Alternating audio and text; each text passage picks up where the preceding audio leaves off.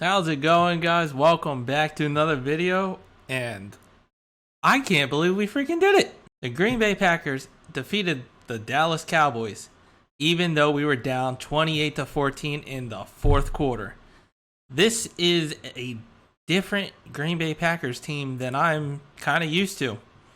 Yes, we've been on a 5-game losing streak, but we're coming back in games and where usually we just start to fold. Like, there's some fight and there's a dog in this team, which is very, very great to see, and finally great to see us get back in the win column, because that game was stressful. And I was very impressed with the fact going up into about the 2-minute warning in the first half, we were up 14-7 and hanging in there. Rudy Ford coming out of nowhere, playing safety, not the safety I was expecting, and just picking off Dak Prescott twice in the first half. He was amazing for us at safety, and he could be our long-term replacement this year, becoming the Darnell Savage of last year, which would be great because Darnell Savage is terrible in safety. He looked a lot better in the slot position, is where he actually played. He still was burned a little bit by CeeDee Lamb and was kind of making some weird decisions, especially on a play where it was 4th and 1, and it seemed like we got to stop, and my man decided to go for a strip, and they ended up converting that 4th down. So I'm not saying he is amazing in the slot. He did better than in safety, but he is still a liability. But then moving on to the second half, where it once again looked like we cannot play a complete game. Dallas went up 28-14, and we were struggling moving the ball. It seemed like we kind of were in the game long enough, and now Dallas was taking over. But then come the fourth quarter, the defense starts stiffening up, and Christian Watson comes to town, and just, this was his coming out party in a sense. Man scored 2 touchdowns, 2 long ball touchdowns at that, to put us back at 28 all and allow us to go into overtime. And, of course, in overtime, I'm going to have to thank Mike McCarthy with his weird decision-making going for it on 4th and 3rd. Although I kind of do understand it because they weren't stopping us, but they had a field goal. Either way, defense stepped up, great pressure, and we were able to stop them on 4th and 3rd to get the ball back into our hands in overtime, drive down the field, and kick the game-winning field goal with Mason Crosby. I was stoked. I couldn't believe the fact that we won it, especially when we lost the coin toss. I was very nervous. So we won. I can't believe it. It's been a whole day, and I'm still shocked we won this game, and I'm happy as all heck. And, of course, we have to actually give props to Matt LaFleur, because he came up with a great game plan for once and actually stuck with the run. Aaron Jones had the ball. He carried it 24 times for 138 yards, a touchdown with a 5.8 yard average. And then adding to that running total, A.J. Dillon with 13 carries and 65 total yards at a 5 yards average. And so we just kept running the ball. And Aaron Rodgers only had to pass it 20 times. So 20 passing attempts to 37 rushing attempts, just running it down and staying with the run, which is what we've kind of been clamoring all year long. And it allowed the play-action pass to show up and actually have some deep threats with Christian Watson finally staying healthy for pretty much 99% of the game. There was about 2 or 3 plays where it looked like he once again got the injury bug, went into the blue tent, but he came back onto the field and finished out the game and was a very big part to us coming back and winning this game.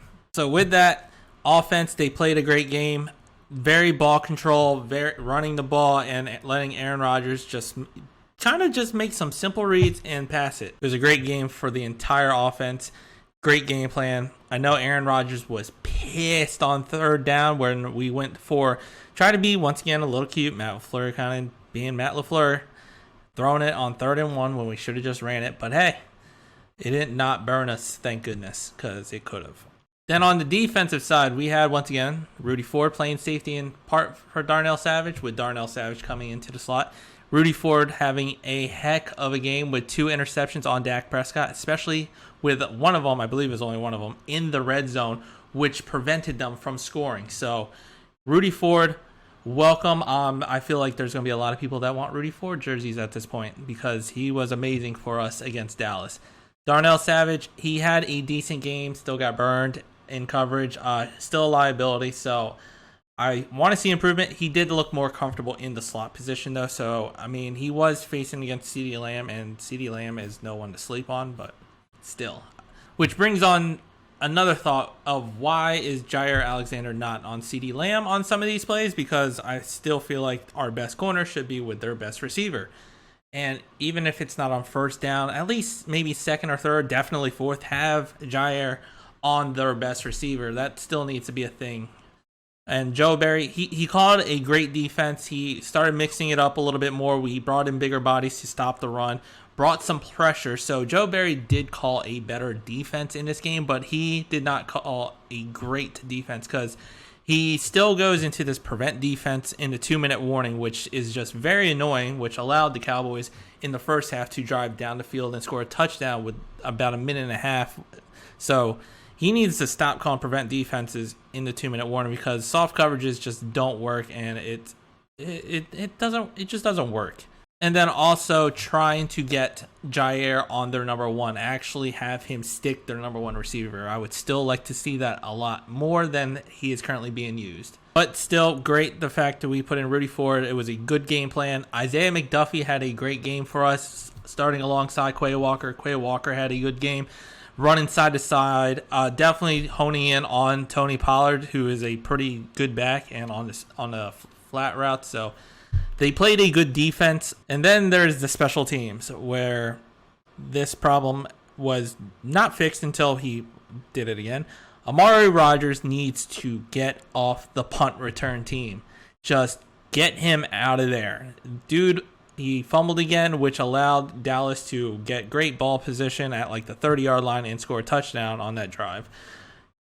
Get him out of special teams. Thankfully, after he fumbled that, they put Keshawn Nixon back there, and he looked a lot better. He did scare me when he caught the ball initially and kind of did this weird one-handed thing, but I still feel like he's a lot better. He looks comfortable and looks like he could play punt return, and we need to change it up, especially with Amari Rodgers fumbling 4 or 5 times this year. I don't forget how many times last year. He needs to get off the punt return. He's not it. I'm not saying cut him, although I just don't see what role he could play with us, but not punt return. He needs to get off. And Rich Bisaccia needs to... I don't know why he hasn't made the move yet, because he hasn't shown anything, in my opinion. But overall, it was a great game by the Packers. Very, very close game. I was stressed for a lot of this game, except for the third quarter where I thought, oh, look, Packers are losing it. I've seen this before, but great game by the Packers. Glad to get the dub, especially against Mike McCarthy and the Cowboys.